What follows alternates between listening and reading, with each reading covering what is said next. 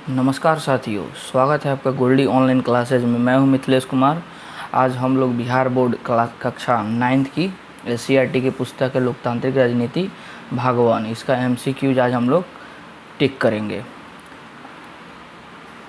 इस पुस्तक में टोटल 6 चैप्टर है। हमने 4 चैप्टर तक MCQs कर लिया है। आज 5वां चैप्टर है संसदीय लोकतंत्र की संस्थाएँ। इसका हम लोग आज MCQs लगाएंगे। देखिए, संसदीय लोकतंत्र की संस्थाएं हैं, इसका मतलब हुआ कि संसद में कौन कौन सी संस्थाएं हैं, यानी संसद जो है लोकतंत्र को स्थापित करता है तो किसके किसके मदद से करता है। भारत सरकार में कानून कौन कौन बनाता है। जैसे इसमें राष्ट्रपति का निर्वाचन के बारे में पढ़ना है कि राष्ट्रपति का निर्वाचन कैसे होता है। फिर उसके बाद प्रधानमंत्री और मंत्रिपरिषद के बारे में पढ़ना है। फिर उसके बाद संसद के बारे में पढ़ना है। जैसे केंद्र में संसद है, उसी तरह राज्य में विधानमंडल है और विधानमंडल और विधान परिषद भी है, उसके बारे में इसमें जानना है। लोकसभा राज्यसभा हो गया, उसी तरह राज्य की कार्यपालिका एवं विधायिका होती हैं। ये सभी क्या है, संसदीय लोकतंत्र की संस्थाएं हैं। जैसे टॉपिक है विधानमंडल हो गया, निर्वाचन प्रक्रिया हो गया, अध्यक्ष उपाध्यक्ष हो गया, विधान परिषद हो गया, न्यायपालिका हो गया, देश में न्यायपालिका का स्वरूप किस तरह है उसके बारे में भी इसमें पढ़ना है। भारत में सर्वोच्च न्यायालय कब स्थापित हुआ था, संघीय न्यायालय कब बना था, न्यायाधीशों की नियुक्ति कैसे होती है, क्षेत्राधिकार क्या होता है। उसी तरह उच्च न्यायालय है, जो प्रत्येक राज्य में एक उच्च न्यायालय स्थापित किया गया, तो कैसे स्थापित किया गया, उसका प्रक्रिया क्या है। और अंत में है कुछ जानने योग्य अन्य तथ्य। ठीक है, तो इन सब चीज़ों को PDF में, मतलब इसका जो चैप्टर का PDF हम ग्रुप में ऑलरेडी डाल दिए हैं। तो ये वीडियो देखने से पहले केवल हम MCQs बनाएंगे। ठीक है, समय कम है एग्ज़ाम को लेकर, और समय जो कैंसिल हुआ है, एग्ज़ाम जो कैंसिल हुआ है वो होगा। ऐसा नहीं है कि एग्ज़ाम नहीं होगा, थोड़ा सा कानूनी प्रक्रिया है। देखिए, हमारे हाथ में पढ़ना है, हम लोग स्टूडेंट हैं, हमारे हाथ में पढ़ाई करना है, बाकी हम लोग के हाथ में नहीं न है। आंदोलन कीजिएगा जाके, क्या मतलब आंदोलन, ऐसा स्थिति आएगा तो आंदोलन करना पड़ेगा, लेकिन वैसा स्थिति नहीं है। तो हमारे हाथ में अभी स्टडी करना है, अपने कमज़ोर पार्ट को मजबूत करने का समय एक लेखा से मिल गया। इसको पॉजिटिव में देखा जाए तो एग्ज़ाम तो होना ही है, बस आपको थोड़ा सा समय मिल गया है, आप और मेहनत कर सकते हैं। आपको जो छूटा हुआ है, जिन का छूटा हुआ और मेहनत कर सकते हैं, जो उनका मेहनत हो गया है उसको धार दे सकते हैं। इसलिए घबराइएगा नहीं, धैर्य रखिएगा। स्टूडेंट को क्या धैर्य होना चाहिए, तभी तो सफलता मिलेगी। और उतार के कोई निर्णय ले लीजिएगा, इधर उधर दिमाग ख़राब हो जाएगा, डिमोटिवेट हो जाइएगा, इससे आपका पढ़ाई और मतलब अच्छा नहीं होगा, ख़राब हो जाएगा। इसलिए क्या कीजिएगा, धैर्य बनाकर पूरा वीडियो को देखिएगा। ठीक है, तो इसका पूरा PDF डालें, उसको 2 बार 3 बार PDF को पढ़ लीजिएगा स्लाइड करके, उसके बाद MCQs बनाइएगा। ठीक है ना।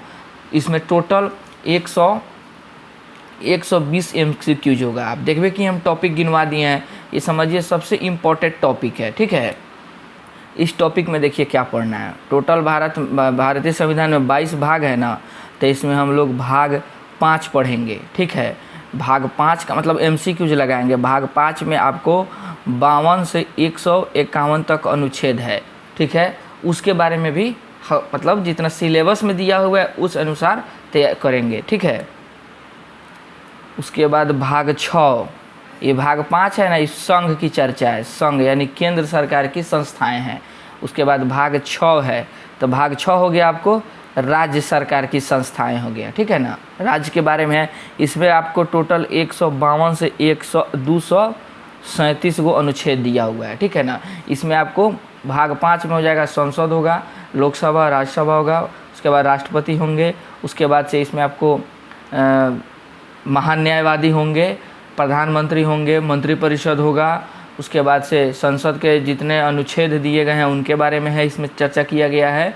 उसके बाद सुप्रीम कोर्ट होगा, सुप्रीम कोर्ट में जजों की नियुक्ति, इन सब का अध्ययन इसमें दिया गया है। फिर सेम टू सेम चीज़ आपको सेम वैसा ही राज्य में है, जिस तरह वहाँ केंद्र लोकसभा राज्यसभा है, उसी तरह यहाँ पे क्या है, राज्य में विधानसभा और विधान परिषद है। तो टोटल 6 राज्य में ही विधान परिषद है, बाकी में एक ही है विधानमंडल है।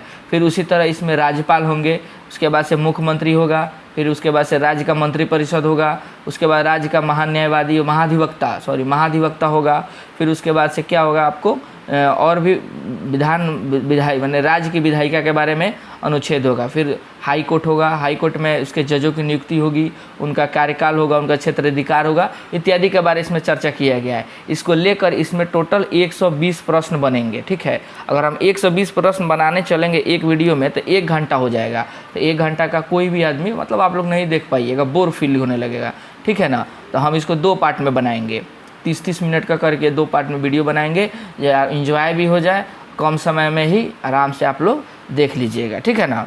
तो चलिए, इससे ज़्यादा हम जितना करा देंगे MCQs बुक से देख कर, उससे ज़्यादा एग्ज़ाम में नहीं आएगा, ये एनफ होगा। और PDF को ज़रूर पढ़िएगा।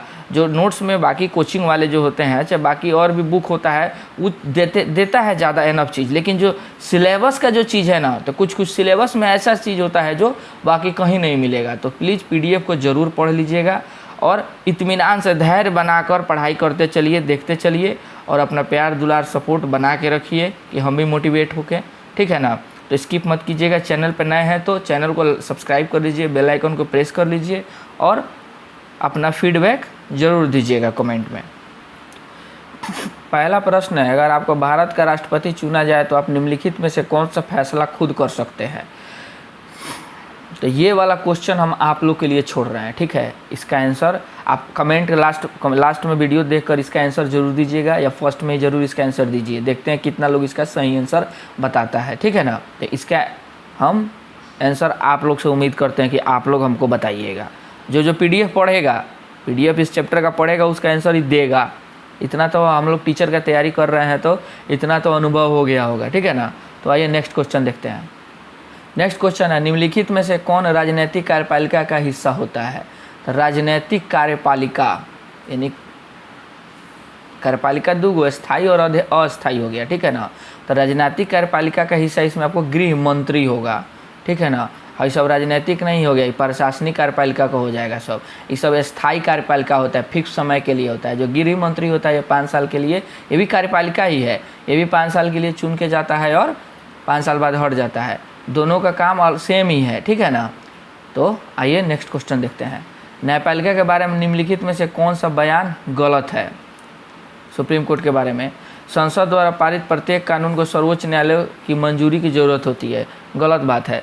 सर्वोच्च न्यायालय और देखिए कार्यपालिका, विधायिका और न्यायपालिका को हमारे संविधान में अलग किया गया है। किस अनुच्छेद के द्वारा। तो भारत का जो DPSP आप लोग पढ़े होंगे, जिसका चर्चा भाग 4 में DPSC की चर्चा किया गया है, अनुच्छेद 36 से लेकर 51 तक, ठीक है ना। भाग 4 है DPSP, इसको हिंदी में बोला जाता है राज्य के नीति निर्देशक तत्व, direct principle of state policy, ठीक है ना। DPSP हो गया। तो इसमें अनुच्छेद जो 50 है, आर्टिकल 50, वो कहता है कि कार्यपालिका से न्यायपालिका को अलग करना। तो फिर यहाँ तो जोड़ने का बात कर रहा है, अलग करने का जब दिया है तो गलत ना हो गया। तो यही आंसर इसका होगा, ठीक है। उसके बाद नेक्स्ट क्वेश्चन है, निम्नलिखित राजनीतिक संस्थाओं में से कौन सी संस्था देश के मौजूदा कानून में संशोधन कर सकती है। तो संसद कर सकती है, ठीक है। तो बुक में लगभग इतना ही क्वेश्चन दिया हुआ है, ठीक है। 3 ही क्वेश्चन दिया हुआ है, बाकी सब मिक्स करने वाला है। देखिए फर्स्ट प्रश्न है इस चैप्टर का, PDF जो हम एक्स्ट्रा लिए हुए हैं, इसमें हम 30-30 करके एक मतलब 2 पार्ट में इस वीडियो को हम लोग देखेंगे। अगर आपको भारत का राष्ट्रपति चुना जाए तो आप निम्नलिखित में से कौन सा फैसला खुद करेंगे। तो इसको आप लोग खुद से इसका आंसर आप लोग दीजिएगा। नेक्स्ट क्वेश्चन है, निम्नलिखित में कौन राजनीतिक कार्यपालिका का एक प्रधान हिस्सा है। तो हो जाएगा आपका गृह मंत्री। निम्नलिखित राजनीतिक संस्थाओं में से कौन सी संस्था देश के वर्तमान कानून में संशोधन कर सकती है। तो हो जाएगा संसद। निम्नलिखित में कौन राजनीतिक कार्यपालिका का हिस्सा होता है। तो हो जाएगा इसका गृह मंत्री। वही क्वेश्चन रिपीट कर रहा है, इंपॉर्टेंट क्वेश्चन है। न्यायपालिका के बारे में निम्नलिखित में से कौन सा बयान गलत है। संसद द्वारा पारित प्रत्येक कानून को सर्वोच्च न्यायालय मंजूरी की जरूरत होती है, यही इसका गलत है, ठीक है ना। उसके बाद देखिए, संघीय मंत्रिमंडल की बैठकों का सभापतित्व कौन करता है। तो हो जाएगा आपका इसका प्रधानमंत्री करते हैं। संघीय मंत्रिमंडल का हेड प्रधानमंत्री होते हैं, ठीक है। प्रधानमंत्री क्या है, अब इसको हम पढ़ाने लगेंगे तो MCQ होगा नहीं, ठीक है। तो ये एग्ज़ाम जब ख़त्म होगा टीयर 3, तो इस टीयर 4 के लिए हम स्पेशल क्लास करा के प्रत्येक चैप्टर का तब MCQ फिर नया मेथड से हम लगाएंगे, ठीक है। तो आइए नेक्स्ट क्वेश्चन देखते हैं। नेक्स्ट क्वेश्चन है, संघीय मंत्रिपरिषद सामूहिक रूप से किसके प्रति उत्तरदायी होती है? तो लोकसभा के प्रति उत्तरदायी होती है, ठीक है। निम्नलिखित में से किसकी नियुक्ति राष्ट्रपति नहीं करता है? तो चुनाव आयुक्त की करते हैं, प्रधानमंत्री की करते हैं, सर्वोच्च न्यायालय के प्रधान न्यायाधीश की करते हैं, लेकिन उपराष्ट्रपति की नियुक्ति नहीं करते हैं। उपराष्ट्रपति को शपथ दिलवाते हैं, ठीक है। आर्टिकल अनुच्छेद 69 में कहा गया है कि उपराष्ट्रपति को शपथ दिलाने का कार्य राष्ट्रपति करते हैं, ठीक है, लेकिन नियुक्ति नहीं करते हैं। राष्ट्रपति नियुक्ति नहीं करते, इनका क्या होता है? निर्वाचन होता है। पटना उच्च न्यायालय के न्यायाधीशों के कुल स्वीकृत पदों की संख्या कितनी है? तो हो जाएगा 43। लोकसभा की प्रथम महिला अध्यक्ष का नाम क्या है? तो लोकसभा के प्रथम महिला अध्यक्ष का नाम है मीरा कुमार। इसको आप लोग रट लीजिएगा, पूछ देता है एग्जाम में।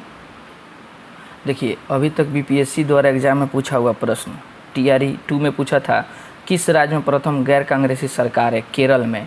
प्रथम महिला मंत्री पूछा था, राजकुमारी अमृत कौर स्वास्थ्य मंत्री थी TRE 2 में, प्रथम देखिए पूछा है। फिर इस साल TRE 3 में पूछा है, जो एग्ज़ाम कैंसिल हो गया है, प्रथम मुख्य चुनाव आयुक्त कौन है? तो सुकुमार सेन है। उसी तरह फिर पूछ देगा, तो आप लोग प्रथम जो वाला जो है इसको थोड़ा सा आप लोग देख लीजिएगा।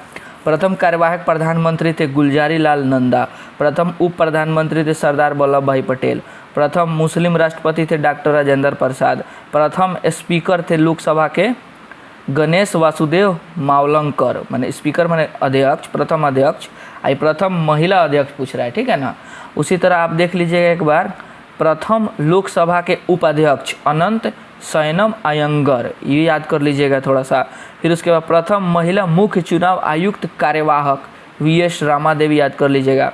फिर प्रथम महिला लोकसभा सचिव स्नेहलता श्रीवास्तव। ये जो हम बोल रहे हैं इसको रोक रोक के आप लोग थोड़ा याद कर लीजिएगा, लिख लीजिएगा, ठीक है। प्रथम मुख्य सूचना आयुक्त वजाहत हबीबुल्ला। देखिए, चुनाव इस साल होने वाला था, तो चुनाव का क्वेश्चन पूछ दिया था पिछला बार, तो इसी तरह आप लोग लिंक करके थोड़ा याद कीजिएगा, ठीक है। 15वीं लोकसभा के गठन की तिथि थी 22 मई 2009। उसके बाद कार्यपालिका कितने प्रकार की होती है? तो कार्यपालिका 2 प्रकार की होती है, एक स्थायी कार्यपालिका, एक अस्थायी कार्यपालिका। देख लीजिए, आप सुनते चलिएगा थोड़ा सा। जैसे कार्यपालिका के प्रकार हो गया, स्थायी कार्यपालिका हो जाएगा, यह सेवानिवृत्त या रिटायरमेंट तक अपने पद पर रहते हैं, जैसे अधिकारी हो गया तथा सचिव हो जाएंगे। ये लोग चयनित सेलेक्टेड होते हैं। सचिव जो होता है, जिस भवन में बैठता है उसे सचिवालय कहते हैं। अब अस्थायी कार्यपालिका देखते हैं, इन लोगों का कार्यकाल 5 वर्ष का होता है। एग्जाम्पल में हो जाएंगे राष्ट्रपति हो जाएंगे, राज्यपाल हो जाएंगे, मंत्री हो जाएंगे, ये लोग निर्वाचित होते हैं। तो स्थायी कार्यपालिका होते हैं, चयनित होते हैं, और अस्थायी कार्यपालिका होते हैं, आपको क्या होते हैं? वो निर्वाचित होते हैं, ठीक है। उसके बाद पूछ रहा है, इनमें से कौन सी राजनीतिक संस्था राष्ट्रपति के चुनाव में भाग नहीं लेती है? तो विधान परिषद। देखिए, बुक में राष्ट्रपति का निर्वाचन अप्रत्यक्ष रूप से एक निर्वाचक मंडल द्वारा होता है, जिसमें 2 तरह के सदस्य होते हैं। अप्रत्यक्ष रूप से यानी कि हम लोग व्यक्ति डायरेक्ट वोट नहीं देता है, मतलब जनता अपने प्रतिनिधि चुनकर भेजती है, जैसे MP और MLA के रूप में, यही राष्ट्रपति के निर्वाचन में भाग लेते हैं। इसी को हम लोग अप्रत्यक्ष विधि कहते हैं। पहला में है भारतीय संसद के दोनों सदनों, यानी कि लोकसभा और राज्यसभा के निर्वाचित सदस्य, याद रखिएगा, यानी जो निर्वाचित हैं, चुन के गए हैं, वो दोनों, किसका? राज्यसभा और लोकसभा के। उसके बाद राज्यों के विधानसभाओं के निर्वाचित सदस्य, यानी कि राज्य की सभा के जो विधानसभा के जो राज्य के है, विधान परिषद नहीं, विधान परिषद तो 6 राज्य में है, तो विधान परिषद का नहीं चर्चा है। विधानसभा के निर्वाचित सदस्य जो विधायक होते हैं, जो चयनित निर्वाचित होते हैं, उनको लेकर मतलब किया गया, इसमें डाला गया है। विधान परिषद का चर्चा इसमें नहीं है, ठीक है। और इनका जो निर्वाचन एकल संक्रमणीय मत द्वारा अनुपातिक प्रतिनिधि के आधार पर होता है, ठीक है। यही इसमें दिया गया है बुक में। लोकसभा को कहा जाता है प्रथम सदन। नेक्स्ट क्वेश्चन है, पिछड़ी जाति के लिए आरक्षण पर निम्नलिखित 3 प्रतिक्रियाओं में से कौन सी प्रतिक्रिया सही है? चूँकि सर्वोच्च न्यायालय सरकार के साथ सहमत हो गई अतः वह स्वतंत्र नहीं है। न्यायपालिका स्वतंत्र है क्योंकि वह सरकार के विरुद्ध भी फैसला सुना सकती है। सर्वोच्च न्यायालय ने सरकार को अपने निर्णय में संशोधन का आदेश दिया। न्यायपालिका न तो स्वतंत्र है और न ही किसी की इच्छा के अनुसार चलने वाली संस्था है, बल्कि यह परस्पर विरोधी समूहों के बीच मध्यस्थ की भूमिका निभाती है। न्यायपालिका ने इस आरक्षण विवाद में इसके समर्थकों एवं विरोधियों के बीच अच्छा संतुलन बनाया, इनमें से कोई नहीं। तो क्या पूछ रहा है, कौन सी प्रतिक्रिया सही है? तो बी होगा, न्यायपालिका स्वतंत्र है क्योंकि वह सरकार के विरोध भी फैसला सुना सकती थी और सर्वोच्च न्यायालय ने सरकार को अपने निर्णय में संशोधन का आदेश दिया था। आप लोग PDF पढ़िएगा, सब समझ में आ जाएगा। लोकसभा के निर्वाचित सदस्यों की संख्या कितनी है? तो आपको हो जाएगा 543। निम्नलिखित में से कौन सा सदन विघटित नहीं होता है? तो राज्यसभा। ये Tier 2 में प्रश्न पूछ दिया था, तो सब लोग 6 वर्ष वाला कार्यकाल पूछ के मार दिए थे, ठीक है ना। तो ये इसको आप लोग हल्का क्वेश्चन देख के सब लोग गलती कर दिए थे। बहुत लोग, मतलब सब लोग कैसे, 1-2 आदमी था, बहुत लोग क्वेश्चन घुमा के पूछ दिया था और इसका गलत हो गया था। तो इसमें पूछ दिया था राज्यसभा का कार्यकाल कितना होता है। तो लोग बहुत, मतलब क्वेश्चन समझ गए थे लोग कि लोकसभा का कार्यकाल 6 वर्ष होता है, मतलब राज्यसभा का कार्यकाल 6 वर्ष का होता है, ठीक है। तो राज्यसभा का कार्यकाल होता ही नहीं है, तो अस्थाई है, सॉरी अस्थाई है, फिक्स्ड है, ये विघटित हो ही नहीं सकता है। सब कुछ विघटन हो जाएगा लेकिन राज्यसभा का विघटन नहीं होगा। इसके सदस्य प्रत्येक 2 साल पर 1/3 निर्वाचित होते रहते हैं, हटते रहते हैं। सरकारी नीतियों का कार्यालय आदेश निर्गत करता है विभागीय लोक सेवक। देश के कानून के निर्माण का अधिकार किसे है? तो संसद को है। संसद का अधिवेशन बुलाने का कार्य कौन करता है? तो राष्ट्रपति करते हैं अधिवेशन बुलाने का कार्य।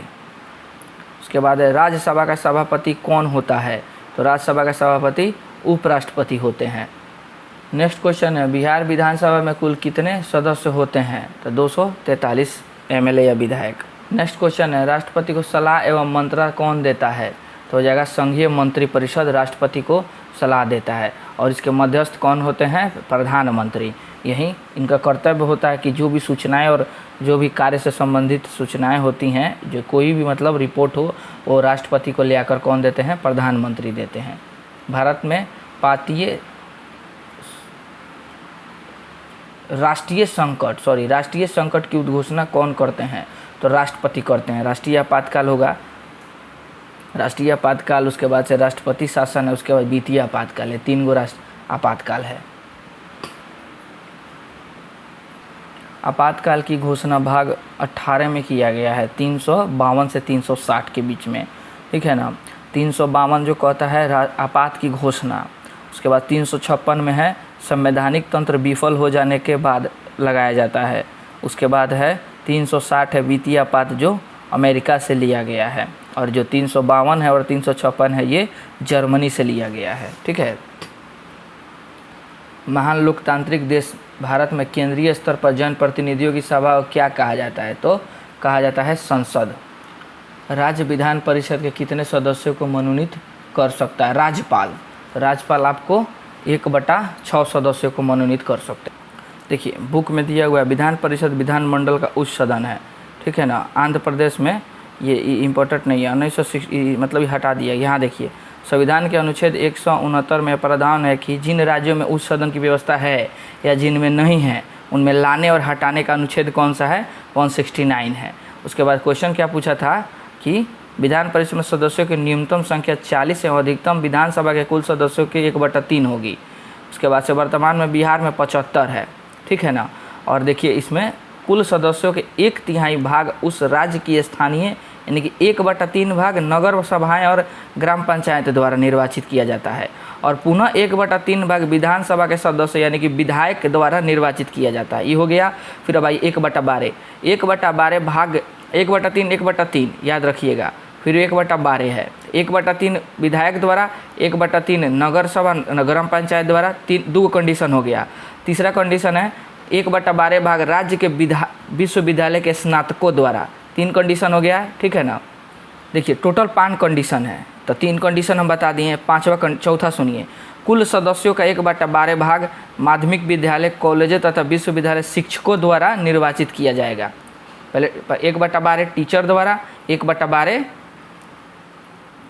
बीए किए हुए स्टूडेंट के द्वारा। 12 हो गए। अब देखिए 5 कुल सदस्यों का 1/5 भाग राज्यपाल के द्वारा मनोनीत होता है, ठीक है, जो कला, साहित्य, समाज सेवा आदि के व्यवहारिक अनुभव रखते हैं। प्रत्येक सदस्य 6 वर्ष के लिए चुने जाते हैं, ठीक है ना।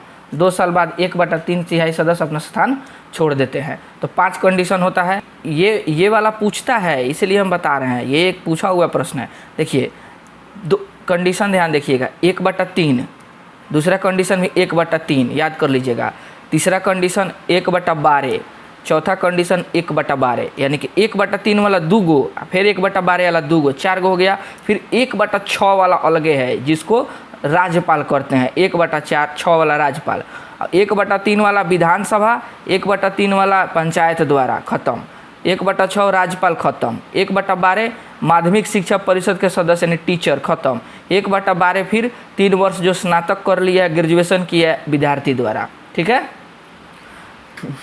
बिहार के विश्वविद्यालय का कुलाधिपति कौन होता है? तो हो जाएगा राज्यपाल। बिहार विधान परिषद में कुल सदस्यों की संख्या 75 है। सर्वोच्च न्यायालय के न्यायाधीश अपने पद से बने रहते हैं कब तक? 65 वर्ष की आयु तक। राष्ट्रपति का चुनाव लड़ रहे व्यक्ति का नाम कितने मतदाता द्वारा प्रस्तावित, यानी 50 द्वारा प्रस्तावित और 50 द्वारा अनुमोदित होता है।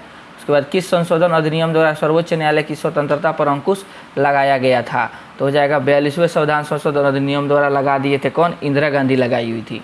नेक्स्ट क्वेश्चन है, निम्नलिखित राजनीतिक संस्थाओं में से कौन सी संस्था देश के मौजूदा कानून में संशोधन कर सकती है? तो हो जाएगा संसद कर सकती है।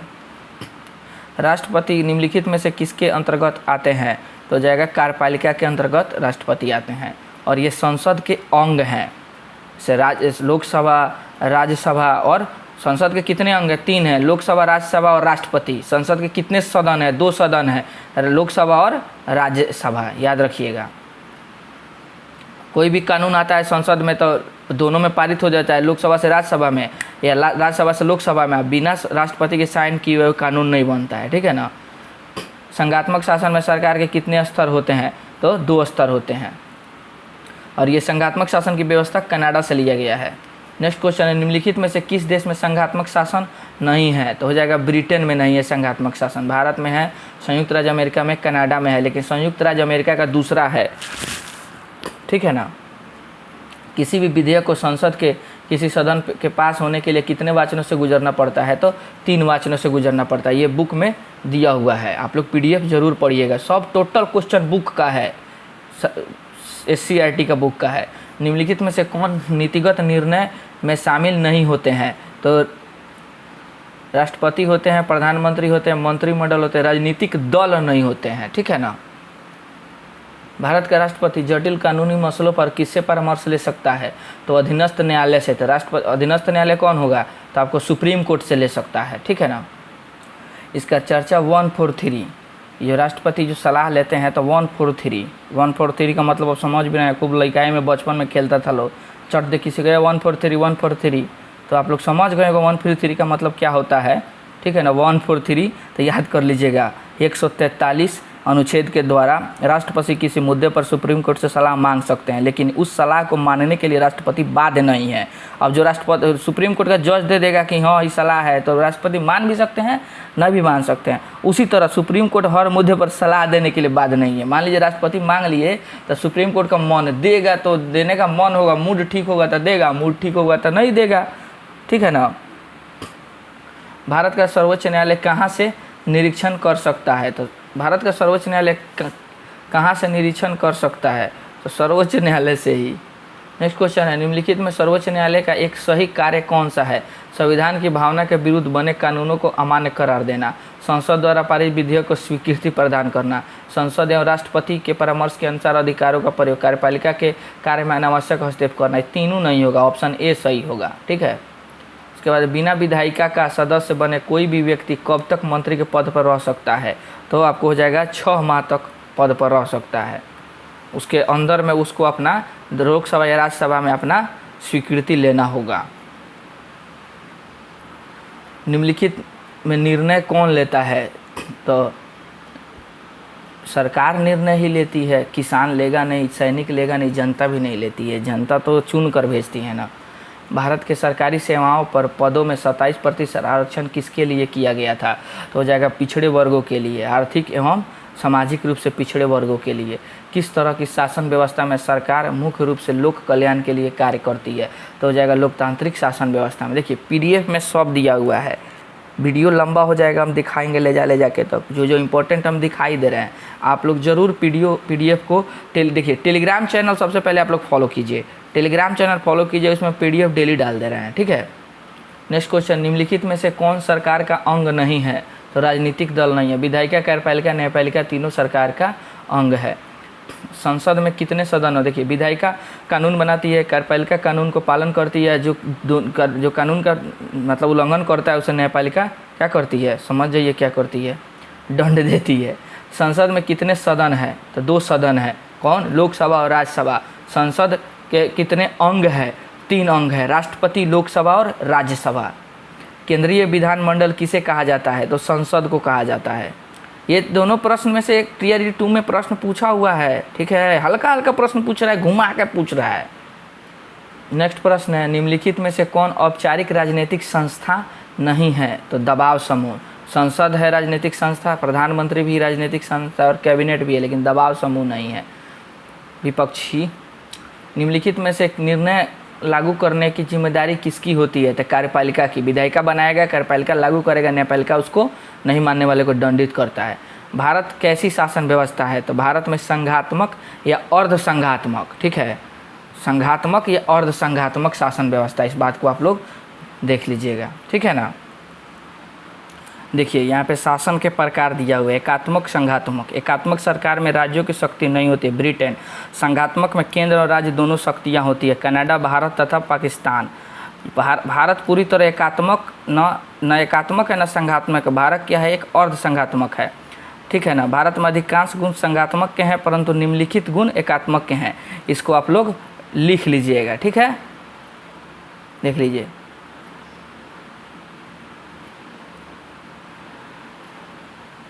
नेक्स्ट क्वेश्चन है, भारत में आरक्षण निम्नलिखित में से किसे प्राप्त है? तो पिछड़ा वर्ग को प्राप्त है। निम्नलिखित में से कौन, मतलब इस ऑप्शन में दिया हुआ है पिछड़ा वर्ग, इसीलिए हम दिए हैं, नहीं तो अनुसूचित और अनुसूचित जनजाति को भी आरक्षण प्राप्त है, और अब तो EWS को भी आरक्षण प्राप्त हो गया है। निम्नलिखित में से कौन कार्यपालिका के अंतर्गत नहीं आता है? तो उच्च न्यायालय। निम्नलिखित में से किसकी अंतिम हस्ताक्षर होने के बाद कोई विधेयक कानून का रूप ले लेता है? तो राष्ट्रपति का। नेक्स्ट क्वेश्चन है, लोकतांत्रिक देशों में लोक कल्याणकारी कार्य के अंतर्गत निम्नलिखित में से कौन कार्य सम्मिलित नहीं है? धनवानों की सुरक्षा, यही सम्मिलित नहीं है, हटा दिया गया है इसको 44वें संविधान संशोधन अधिनियम द्वारा 1978 में। इसको संपत्ति का अधिकार को हटा के कहाँ डाल दिया गया है? आर्टिकल 300 क में डाला गया है। सबके लिए शिक्षा की व्यवस्था है, सबके लिए स्वास्थ्य को व्यवस्था है, विकास संबंधी कार्य करना। निम्नलिखित में से कौन कार्य राज्यसभा का नहीं है? तो अविश्वास प्रस्ताव लाना। कभी भी अविश्वास प्रस्ताव सरकार के विरुद्ध लाया जाता है, और सरकार आपको लोकसभा में बहुमत के आधार पर ही बनती है, तो लोकसभा में ही अविश्वास प्रस्ताव लाया जाएगा, या विश्वास प्रस्ताव जो भी लाया जाता है।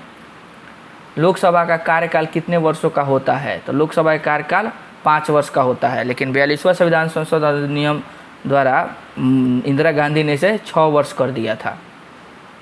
फिर मोरारजी देसाई की सरकार आई, इसको फिर 5 वर्ष का कर दी। लोकसभा में एंग्लो इंडियन समुदाय के कम से कम कितने सदस्यों का होना आवश्यक है? तो 2, लेकिन इसको निरस्त कर दिया गया है। देखिए लोकसभा में जो एंग्लो इंडियन का है, इसमें संसद ने 104वें संविधान संशोधन अधिनियम, याद रखिएगा बिल नहीं अधिनियम 2019 द्वारा 25 जनवरी 2020 से लोकसभा में एंग्लो इंडियन के मनोनयन को रद्द कर दिया गया है, जबकि लोकसभा में अनुसूचित जातियों और जनजातियों के लिए आरक्षण को अगले 10 वर्ष के लिए बढ़ा दिया गया है। यानी कि जो संशोधन हुआ 104वां संविधान संशोधन अधिनियम है, यानी कानून है, इसमें 2 कार्य किया गया। एंग्लो इंडियन को हटा दिया गया, 2 जो लोकसभा में चुनाता था, और बाद से 10 वर्ष के लिए अनुसूचित जनजाति और जाति के लिए आरक्षण को बढ़ा दिया गया है। नेक्स्ट क्वेश्चन देखते हैं, धन विधेयक सर्वप्रथम किस सदन में पेश होता है? तो लोकसभा में। ये थियरी 3 में प्रश्न पूछा हुआ है। उसके बाद है विधानसभा में सदस्यों की अधिकतम आयु कितनी होती है? तो अधिकतम 500 होती है, ठीक है ना। तो चलिए चैनल पर नए हैं तो चैनल को लाइक एंड सब्सक्राइब कीजिए। और आप सभी के लिए एक प्रश्न दिए हैं, ये वाला प्रश्न आप लोग कमेंट बॉक्स में ज़रूर इसका आंसर बताइए। तो चलिए जो प्रश्न दिए हैं उसका आंसर आप लोग कमेंट बॉक्स में ज़रूर डालिएगा, ठीक है। और आपको अलग से कोई क्वेश्चन मिलेगा तो उसको भी आप लोग कमेंट बॉक्स में ज़रूर भेजिएगा, उसका आंसर हम लोग बताएंगे, चर्चा करेंगे उस पर। तो चलिए चैनल पर नए हैं तो चैनल को लाइक एंड सब्सक्राइब कीजिए और इसको दोस्तों को शेयर कीजिए। और ये पार्ट 1 है, पार्ट 2 में भी लगभग 60 क्वेश्चन डालेंगे जिसको आप लोग ज़रूर देखिएगा। ये इंपॉर्टेंट पार्ट है, मतलब ये जो चैप्टर है बहुत इंपॉर्टेंट है, इससे बहुत प्रश्न पूछता है, इसलिए इसको 2 पार्ट में हम किए हुए हैं, ठीक है। तो अब आराम से हम लोग पढ़ते हैं। चलिए, थैंक यू, जय हिंद।